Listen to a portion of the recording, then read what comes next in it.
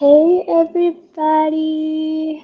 Hello to everybody that's joining us today. My name is Carla. I'm a career advisor here at Avocademy. Today I'm here with Sterling and Martina. So feel free to drop down in the comments where you're joining us from um, while we wait a couple seconds for more people to join us.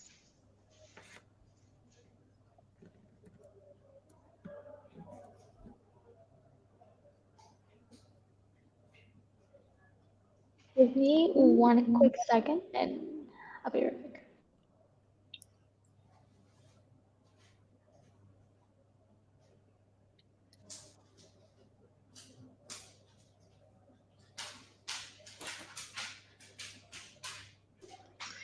Okay, awesome. So I'm gonna give it a couple more seconds because I believe that Facebook's having a little bit of issues. But if not, we'll go ahead and get started. Hello, John from San Antonio. We're here in Miami, Florida. At least I am here in Miami, Florida. Where are y'all located? I'm in San Antonio. Really? Texas. I'm in London, UK. In London? Oh my Yeah, God. yeah, So it's like super late for you. yeah. It's 10 p.m. Oh wow. That's crazy. Well, Yeah. thank you both for joining today. We're having Jonathan from Chicago join us as well.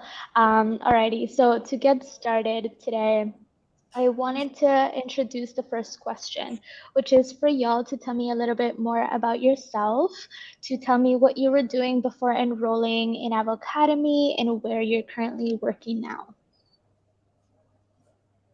And Starting you whoever go. wants. So I'm currently working as a junior UX designer at EverCommerce. Before getting into UX design, I did more customer service type work, starting out with like retail customer service, and then during more of like my undergrad years. During my grad years, I did more like cost center type customer service work because it's just more sustainable for me. So yeah, that's what I did before UX design. That's amazing. I love that switch. And I know that Martina also has experience with customer service as Yeah, well. yeah. I have. Awesome. Before going into UX, I was kind of looking for what I want to do next in life, and I had to kind of pay the bills, and I had to eat. So I kind of ended up in customer service, which I hated. It was the worst job ever. But it kind of I have never met a person that said, "Oh yeah, customer service, that was so cool." Like you're bullied, you're yelled at, it's none of it is your fault, but it kind of directed me to the UX because uh, I learned that I am a horrible salesperson. Horrible. I cannot sell uh, food to a hungry person, literally. Uh, but I'm very good with people, and I'm very good at figuring out how to solve a problem for a certain person. So yeah, that led me to UX, and I'm currently mentoring for Avocademy as a contract worker. And since I moved to London with my partner, I'm currently looking for a job, like a full time position. That is amazing. So this is a super random question, but what made y'all move to London, if you don't mind me asking? No, of course. I mean, we were looking for a minute to leave the US because we remember we moved, we realized that's not an environment that we want to stay in. So my partner got a visiting fellowship in LSC at LSC in London. So we decided to move to London for a bit. Yeah, That's awesome. That sounds yeah, fun. That sounds super cool. Awesome. it's fun. So I've I been an expat for 2 years now, so it's been a bit hard. So yeah. Well, yeah, I feel like just in general, it's been a really difficult time with that. But I'm sure that like moving to London and like trying to figure everything out also brings a lot of stressors into your day to day just because you're adjusting and everything else. but Yeah. just look at the positive and, Of course, always. just I love that. So I wanted to also know a little. You're mute.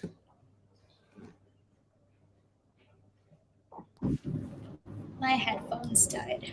So let's try to. Can you all hear me? Yeah. Yes. If we can. Give me 1 second.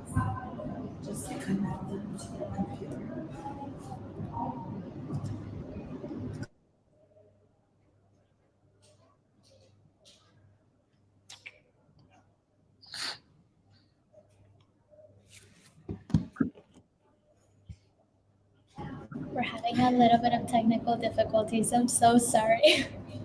Don't worry. Okay.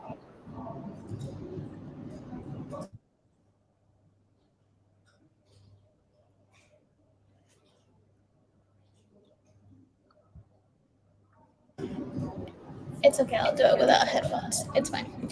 Awesome. So, alrighty, I'm just gonna do it without headphones and just go like this because why not? So I wanted to know a little bit more about the soft skills that you need from customer service to transition into UX and UI design. Like, what soft skills were helpful for you to pivot into UX and UI? I mean, empathy for sure.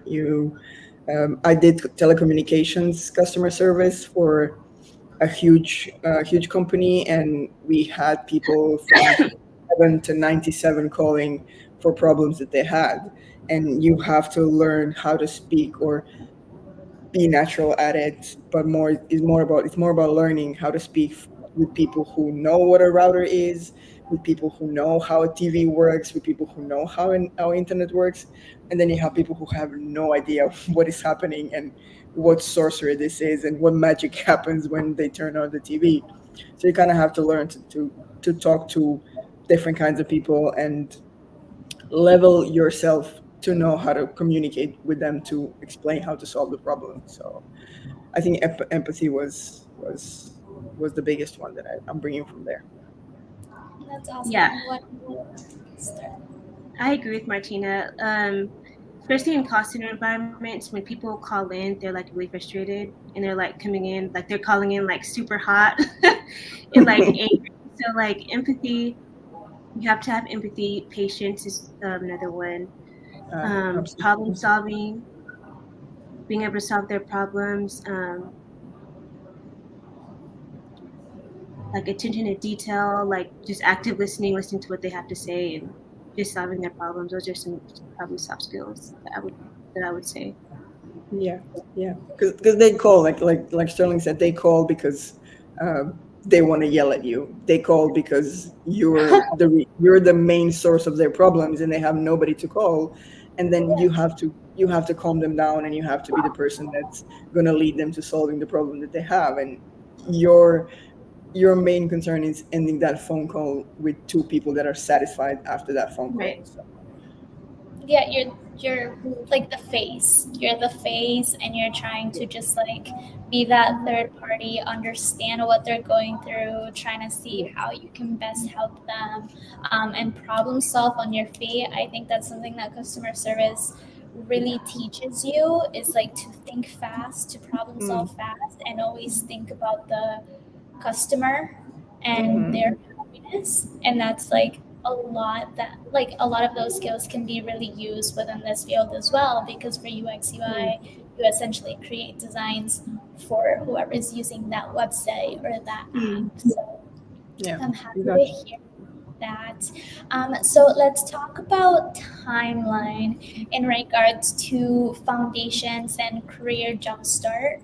I'll first explain a little bit more about what foundations and career jumpstart is, and then I want to dive a little bit deeper into when, like, how long did it take you to complete foundations, or when you started foundations, and then how long did it take you to complete career jumpstart.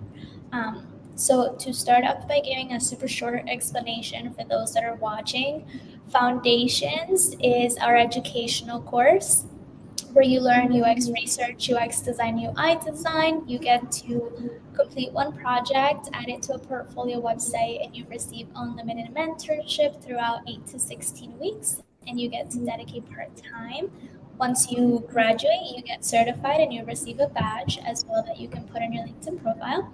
And then we offer Career Jumpstart as a step two, where you essentially get to complete a portfolio with real client projects, work on teams with other designers and mentors. And then once you have 3 to 4 projects in your portfolio, we'll help you navigate through the job search. So, with that being said, if you want to talk a little bit about your timelines through when you started Foundations and how long did it take you essentially to find a job after Career Jumpstart, that'd be awesome. Um, I started foundations. I'm gonna say January 2022, but it could also be March because I'm not sure because I'm a bit confused with the timeline if I don't have it written down. But I know that I finished foundations on time, sort of the timeline that you're given when you start.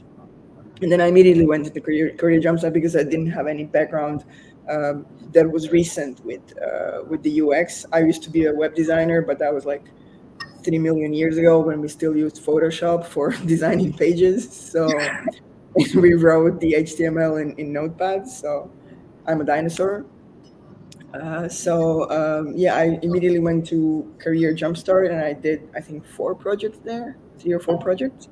And it took me around 2 months to get my first offer and like 600 applications. So, That is amazing.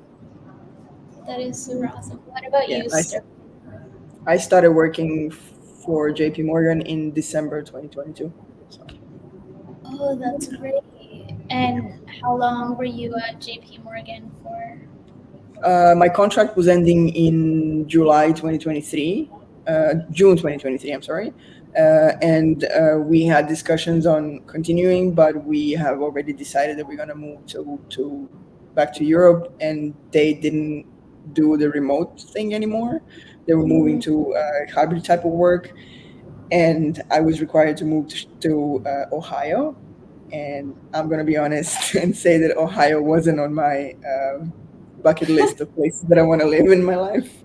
So, so yeah, we decided that we're gonna move to Europe and see what happens here. That's awesome. That's super cool.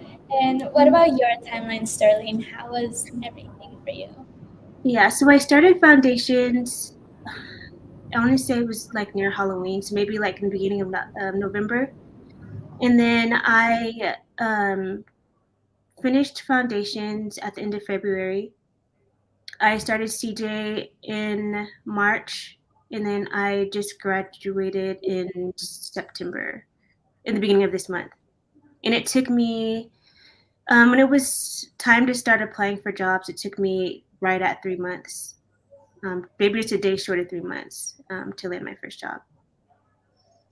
That is Nice. awesome. So it took you both less than a year, essentially, to Yeah. break into UX and UI design. Yeah. That is incredible. Do you all find it like that it was worth it to change careers into UX and UI design coming in from customer service?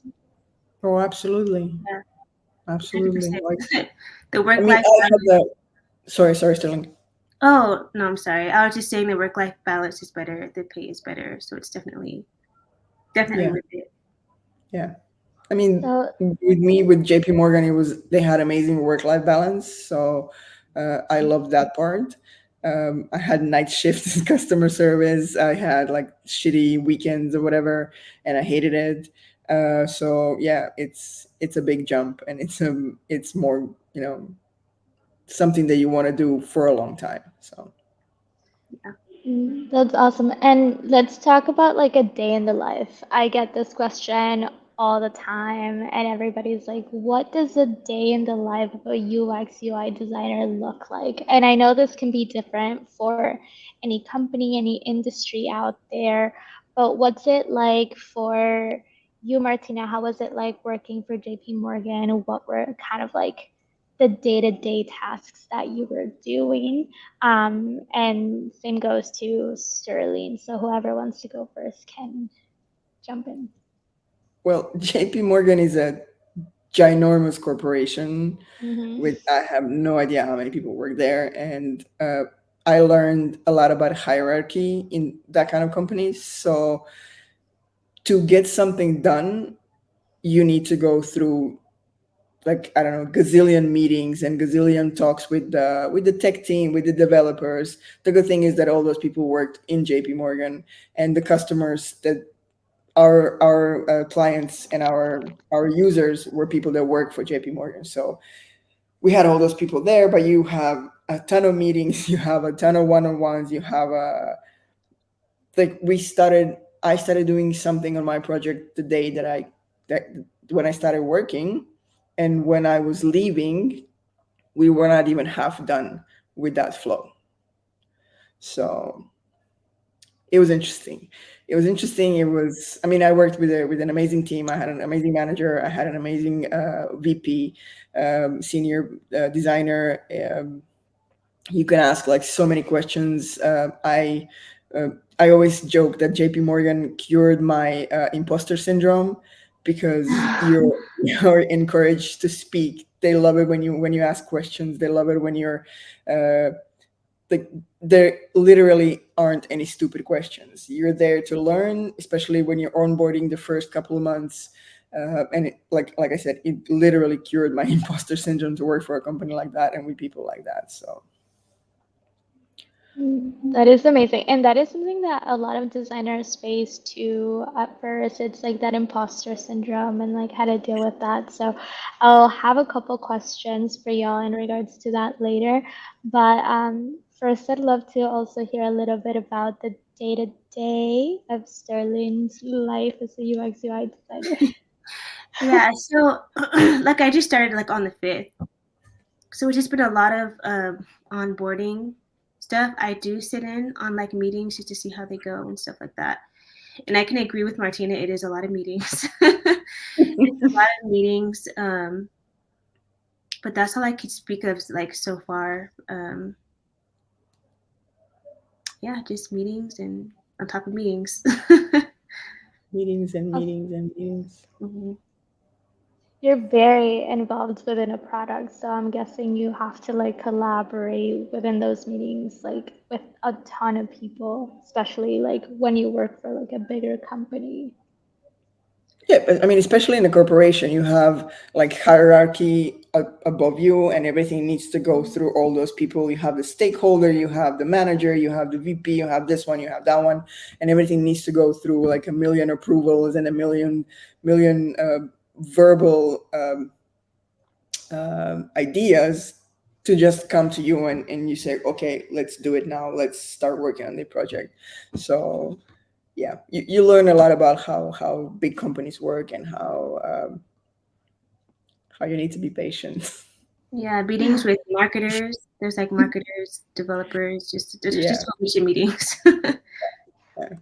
And then you need to learn how to And speak with the tech team. You need to learn how to speak with the developers because they have their own language. And then and they're very specific. Like like for example, speaking with the developers, you could not use, I don't know, a flow as a word if it wasn't a real flow. Because when I talked to my designer, my senior, we were like, oh, and then we do this flow, blah blah blah, and we knew what we were talking about. But when you use it with developers, or a tech team, they're like, no, no, no, no, no, no, that's not a flow. Do not call it a flow, because then we don't know what you're talking about. So there's a lot of learning on the go, how you communicate with developers, how you communicate with the tech team, and those meetings can tend to be like 2-3 hours long, and yeah, it's fun. so how did y'all manage to learn how to communicate like that with developers? Like what was the best way that y'all learned how to deal with a process like that, especially coming in from a different field where you've never been exposed to engineers and developers and people that are more of like that technical thinking? I mean, I don't know about Sterling, but you sit for a minute and you listen and you observe a lot. So that's when you sharpen those skills, and then you just start talking, and somebody's gonna correct you, and you say, "Oh yeah, my bad. I'm gonna use the proper verbiage for that," and you continue with your day.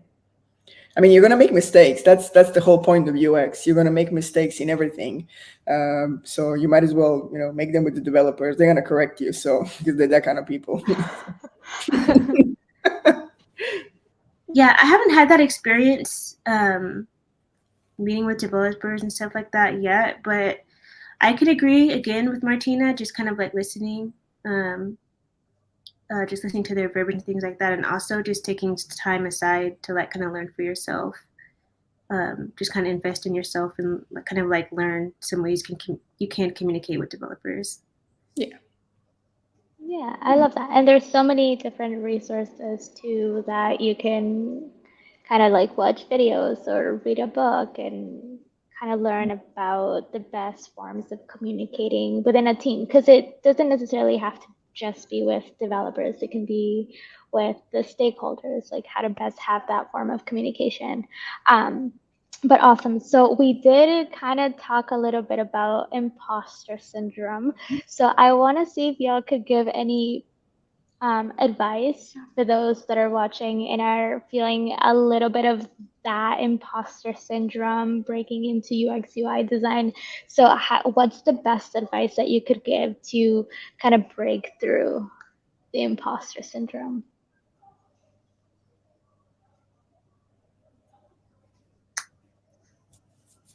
I mean, it's maybe silly to say it from this point now, but you just have to let it go. But you also need to, because I was lucky. I mean, lucky.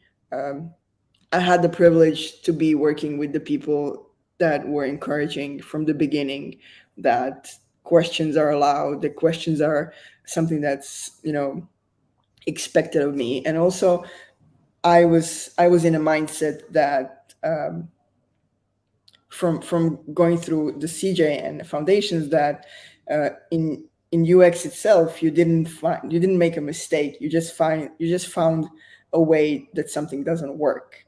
So I went with that mindset with like, okay, I'm going to ask a questions and something is going to happen and something might not happen, or I could say something wrong, but somebody's going to correct me. But I need to have that mindset. Well, where okay, I asked that question, but the question was wrong, and I'm going to ask it different next time, or I'm gonna, this wasn't relevant for the situation or something like that. But it's all a matter of how you feel safe with the environment that you're in. Because if you feel that people around you are condescending and the people around you feel all high and mighty, the imposter syndrome is not going to go away. It's just going to be there, and somewhere else to work, because you need to get rid of that feeling that you're not worthy. You just have less experience than other people. And like I said, if you're in an environment that keeps you like, in a choke, just leave. That's all I have to say. What about you, Sterling? What's the best advice that you can give in regards to that?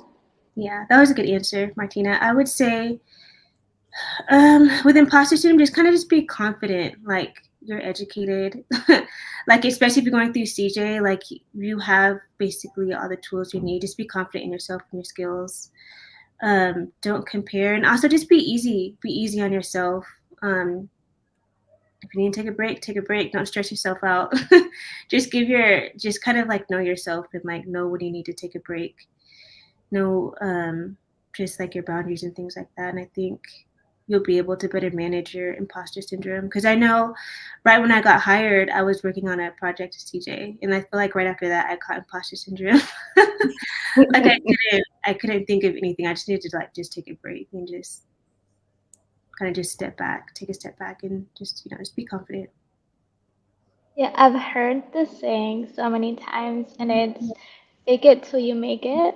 And I feel like a lot of the times it's that. It's like, like even if you don't feel it in your heart, you don't feel that confidence, like just portray it. And one day you'll wake up and you'll be like, you know what?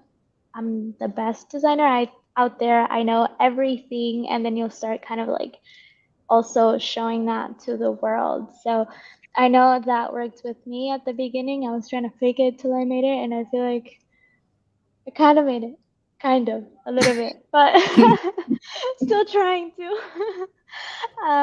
Awesome. So, my next question for y'all is what was your biggest challenge when learning UX and UI design?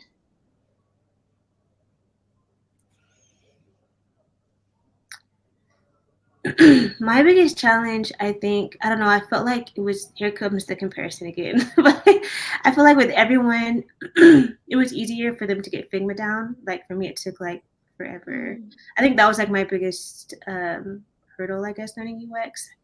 After I got more comfortable with like Figma, I feel like everything came into place because I think that's what was just stressing my mind out more than anything. So yeah, that's what I would say was my hardest learning. I feel like everything else came pretty naturally, but just learning something new like Figma was probably, like I said, the hardest. It's definitely intimidating, Yeah. like to learn Figma, if especially if you've never used any design tools or like editing tools or anything like that. You open it up and it's like, what is Yeah. this? It's crazy. Yeah, So for Martina, me, what about you? I'm thinking. For me, the biggest challenge was, I mean, one of the challenges was definitely the, because I come from web design, so the UI comes naturally. That part was like, oh, I'm just gonna go skip that, whatever. But the the discovery phase, everything that, uh, because for my first project, I had to talk to people, I had to talk to strangers, I had to talk, and I'm an introvert, so I have issues with that.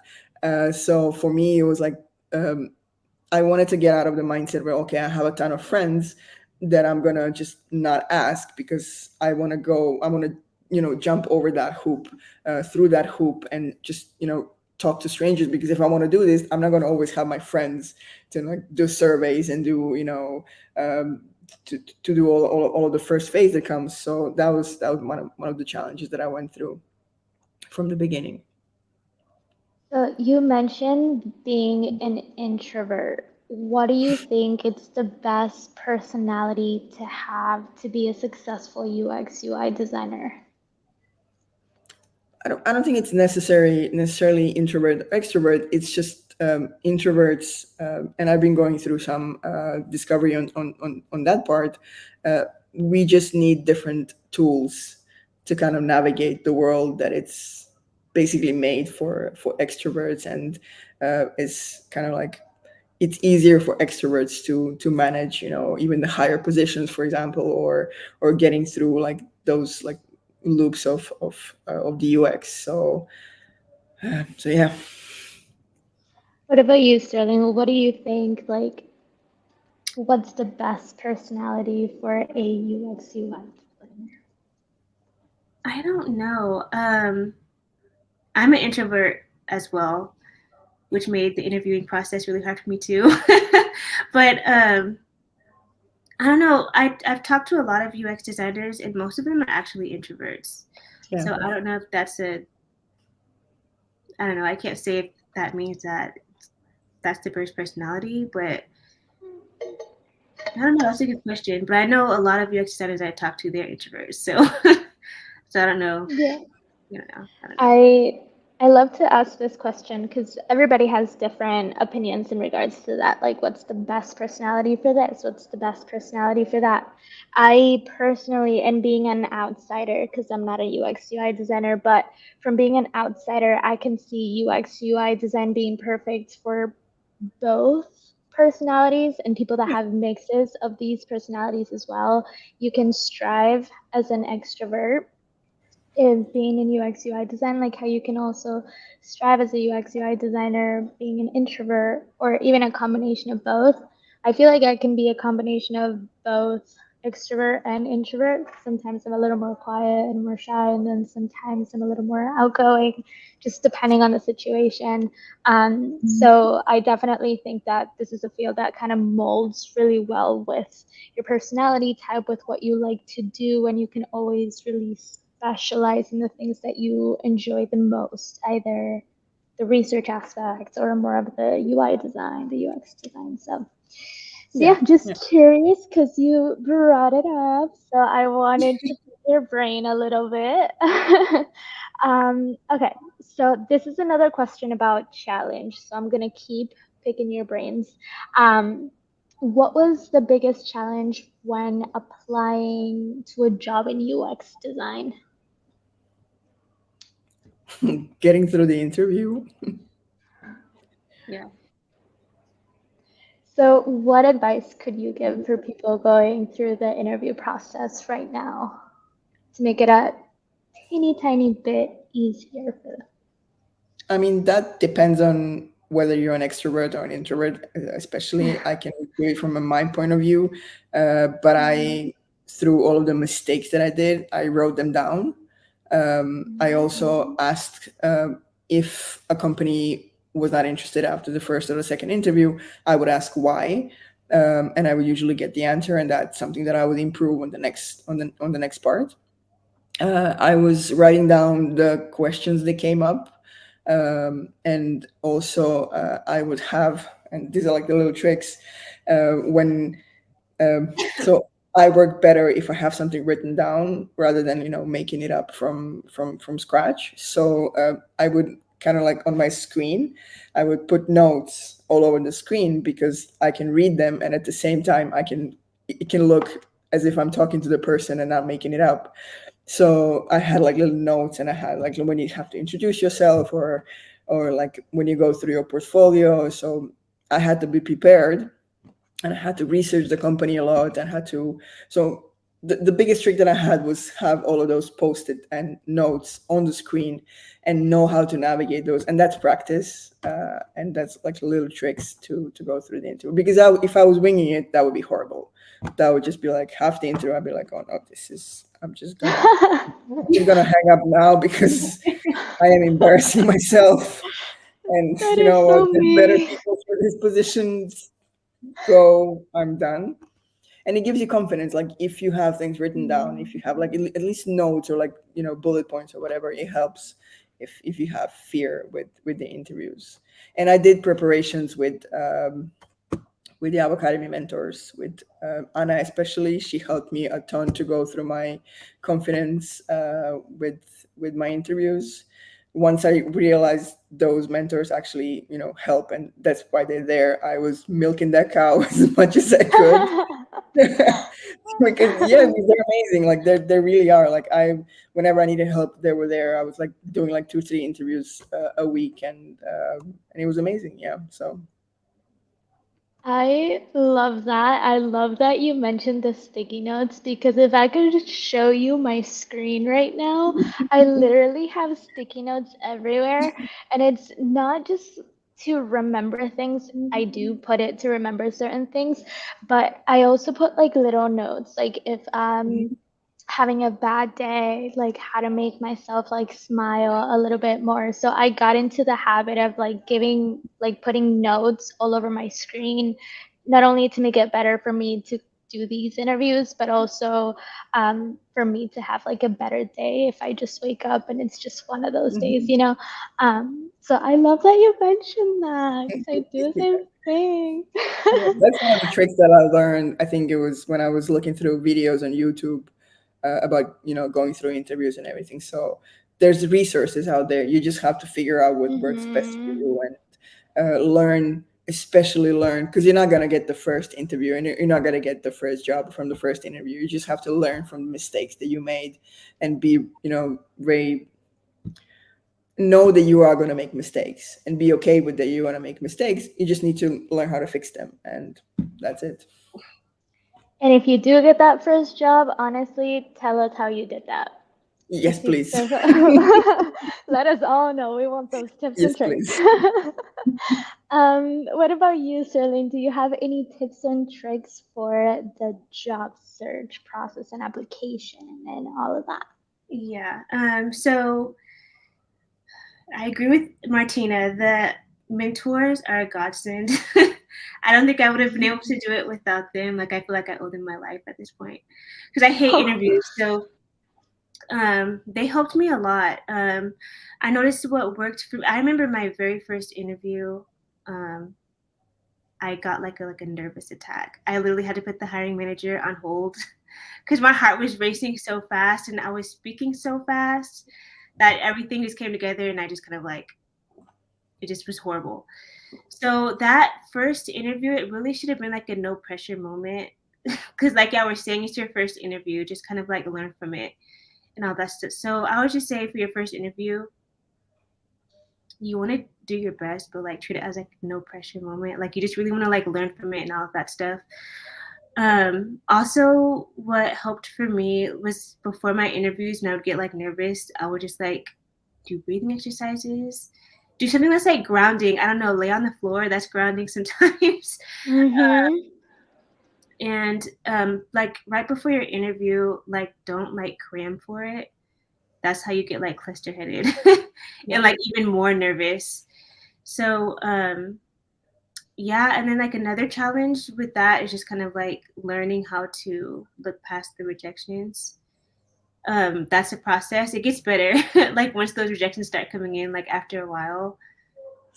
Just learning how to just move on from those. And like previous people have said on here, it's really just a numbers game. So just keep going, keep applying. Yeah, I love that you mentioned the grounding. It's so helpful to just like if you're really, really anxious about something, if you're nervous because it's the first time you're interviewing for this type of role, to just like gather your thoughts, like sit down, just like be present. Something that I'm really weird, but something that I really like to do is like tap my face to just like kind of ground myself and be like, okay, so I'm here, everything's okay, even though my heart's beating super fast, just like acknowledging that like I can physically touch my body and there's like nothing wrong with me. It's just my anxiety. So I love that. I also lay on the floor all the time. It's my comfort. Yeah. I really do love it. Okay, so we have a couple questions down here that I want to start popping up.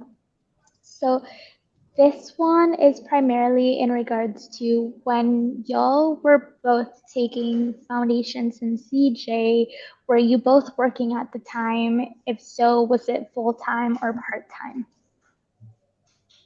No, I had the huge privilege, and I'm super aware of that. And my partner, we actually came to the U.S. because of her work. So she was a full time. I was a dog sitting and cat sitting. So cat sitting involves you mostly being in somebody else's house and doing the exact same thing you're going to do at your place. So that was a fun job. It was part time or whenever I was hired, but I had the privilege of being able to learn without being pressured with work and full time and shifts and whatever. So yeah, I just did the dog sitting and dog walking and Yeah, I wasn't working either. I did have like a super like I had like a small business like just making candles, so I would just do that.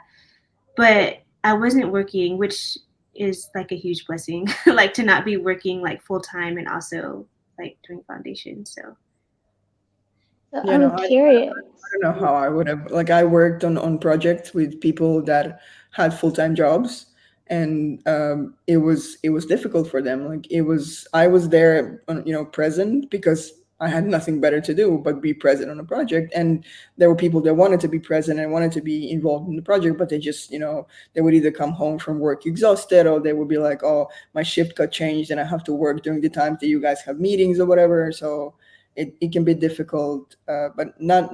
I mean, I know people who did it, and I know people who worked through CJ and foundations and found jobs very quickly. And it's just, I don't know how you prioritize your time. I wouldn't have been able to do it because I'm horrible with time management, and I am no, I wouldn't be. No, I would be. You know what? I'm gonna be in customer service for the rest of my life, or I need to be unemployed, and somebody needs to pay my bills, because I wouldn't be able to do both. So yeah, I respect to those who are working full time. Yeah. So are y'all still doing a little bit of like your own private businesses like the daycare for doggies or the candle making? Like, are y'all still involved in that a little bit or completely pivoted from it? No, no, I'm in London. I'm just like came here a while ago, so no. But I'm using my time to kind of go through courses and learn and be up to speed with everything. So because I'm taking a little, we don't know where we're gonna live from November, so I'm Mm. taking the time to kind of like educate myself and learn and go through courses and get like certificates and whatever. So yeah, that's the joys of being unemployed. Yeah, I had mine up until foundations. Once CJ started, I just decided to do like the all or nothing type of route. So I put it on pause. Now that I did find a job, I am looking to start it back up again. So I'm so like, let me know. I'm a candle addict. I love candles. so do I. My wife loves candles, so if you ship to Europe, Let us know. Awesome. So this is another question that we just received. Have you ever felt like the weakest member of your team? And so how did you overcome it? And how did you communicate with your team slash manager? I love that question, Michelle. Thank you for asking that.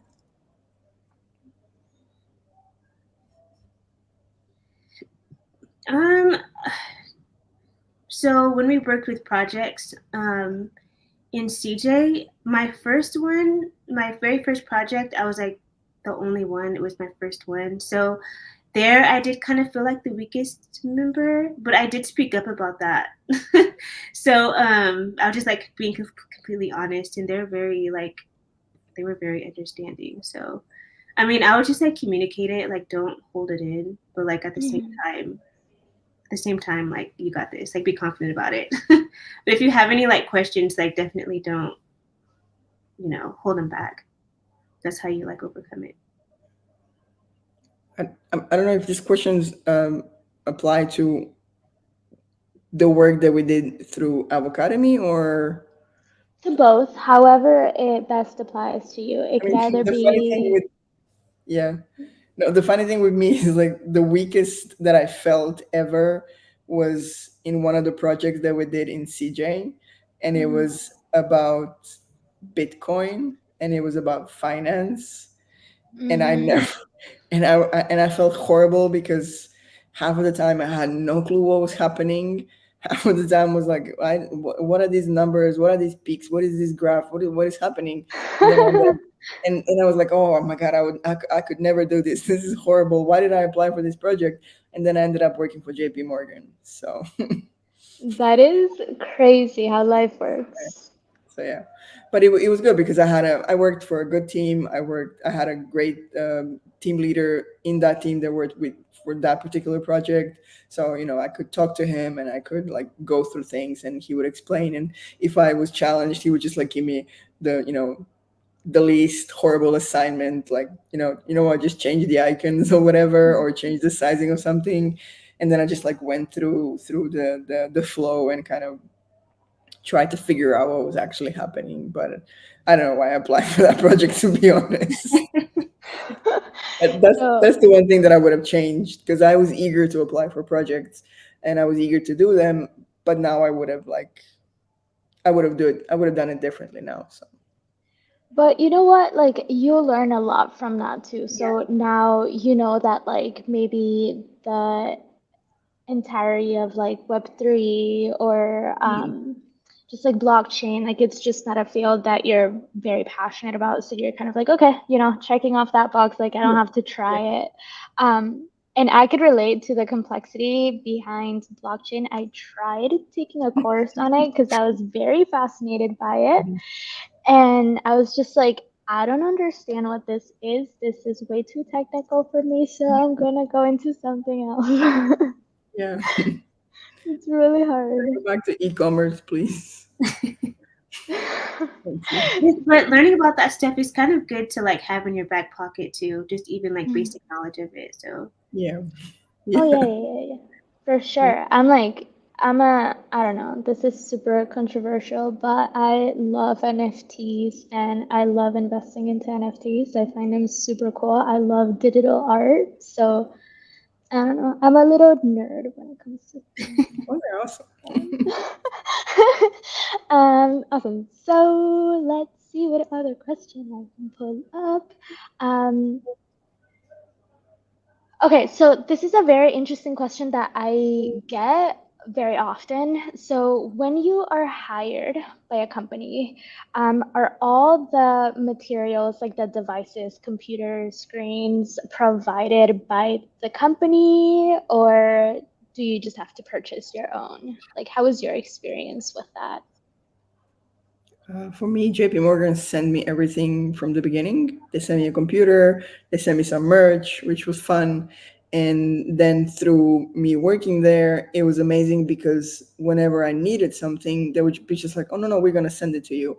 So I, at some point, needed a keyboard, they sent me a keyboard. I needed a mouse, they sent me a mouse. So it was cool because whenever you needed, they would send it to you. So Yeah. Oh, When I got hired, oh, were you done? I'm sorry. no, no, it was. I just wanted to say it was a Mac environment, so Okay. everything you get mm, sent with Apple. So Yeah.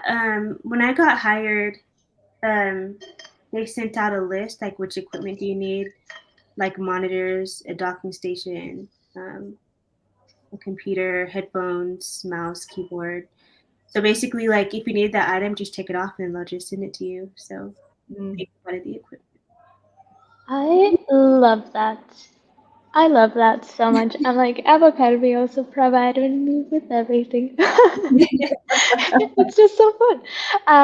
Awesome. So I have one of my last questions. If something else comes up in the meantime, I'll ask it again. But this is going to be technically my last question, which is if you could give any advice to people that are currently in customer service looking to change careers into UX and UI design, what would it be and why?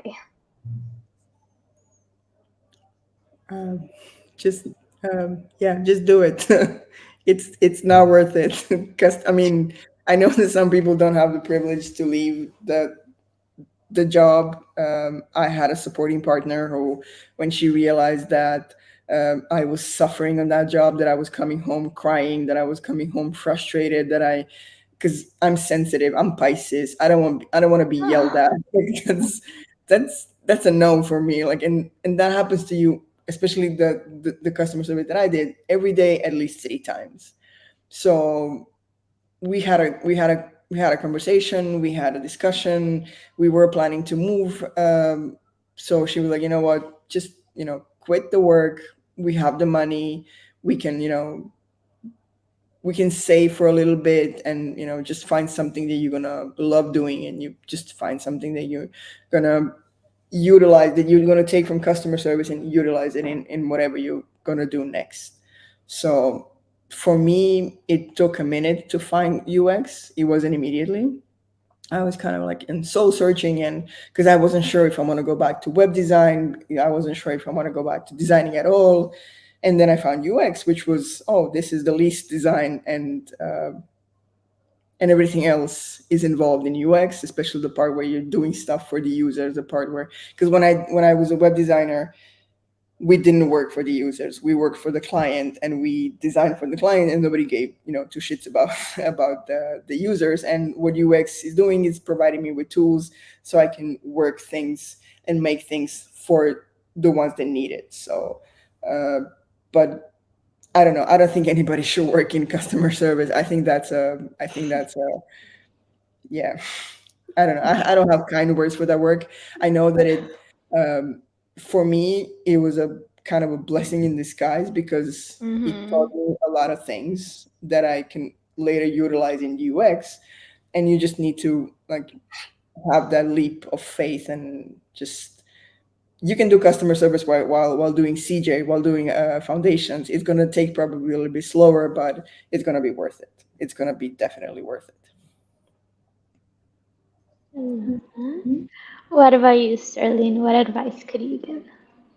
Yeah, I would say just do it too. Like as we were talking about in the beginning, like the soft skills that it takes. It's pretty much, I don't know, to me, it's like a seamless transition, especially if you have like a creative bone in your body. um, so I would just say, just do it. All the education it takes, like it pays off. It's completely worth it. It's 1,000 times better than customer service. Um, you deal with angry customers all day, get verbally abused, all that stuff. So I would just no, just there's no advice. Just do it. It's so much better. I always love when people say the just do it because it reminds me so much of Nike. Like the just do it. Like I don't know why.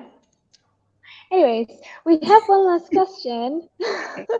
We have one last question, and I think it's really cool because I do get this question a lot as well.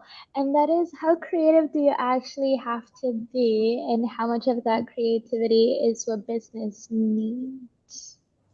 What businesses need? What business needs? Yeah. I mean, it kind of depends where you end up working and what you want your niche to be, and at the end what you want to specialize in. If UI part is of no interest to you, then you just go into research or specialize in something else in UX. It does help because you need to kind of think outside the box, and UX requires you to think about outside the box. But the design part, like I ended up in working in JP Morgan. They had their own design system, so creativity was like visually was not something that was required. Like the people that I worked with were not very good designers, like revolutionary people that design stuff that Apple is going to buy. Or but that depends on your niche, and if you're not a creative person, you can find your place in the UX if that works for you.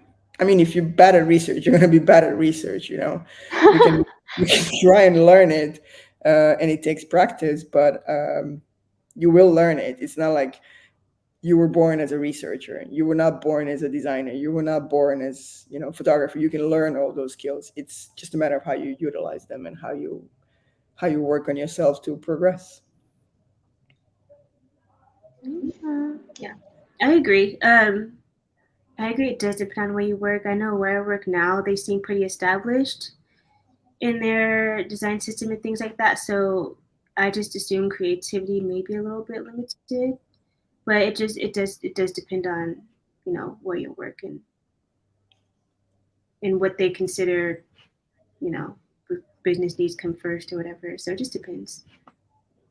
And I think creativity can be different for everybody too. Like the definition of creativity, like you have your typical artistic, like people that love to paint and draw, and they view that as creativity. But creativity can also mean thinking outside of the box. It doesn't necessarily have to do with the UI side, the aesthetic side. It could also be the UX design, how creative you were to solve a problem and to create a different navigation that makes more sense to the users. So it it's how you view that sense of creativity. Again, as an outsider looking in, so I'm not in the fishbowl. As an outsider looking in, you don't necessarily have to be like an artist to succeed in either the UX or the UI design part, but like both of you mentioned, it does depend on the role and the company that you're working for, that either you'll get more of that aesthetic side and get to be more active within the UI design if that's what you're seeking. Um, but yeah, those were my little 2 cents. But we don't have any more questions. We pretty much covered everything. So thank you both so much for joining this grad panel today. I'm Thank you. going to highlight this. So for anybody that has remaining questions, please feel free to email info@avocademy.com. And we went ahead and dropped a little coupon for $200 off the foundations course. It'll be grad panel. Again, Thank you all for joining, Matina, Sterling. It You. was lovely having you on. I hope y'all enjoyed the rest of your evening, night. It was nice talking to you. All right, you too, Carla. Nice talking to you. Bye. Bye, everybody.